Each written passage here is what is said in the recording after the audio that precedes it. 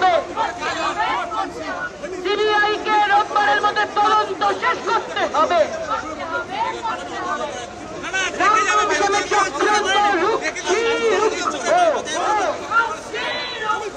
রামবাম সাহেবের চক্রান্ত চলছে না, চলবে না।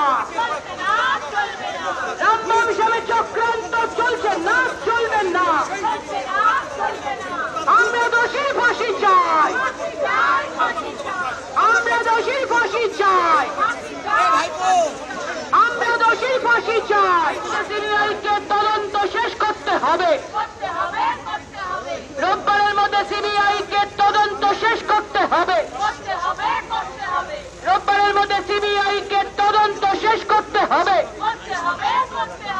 রামবাম সাহেবের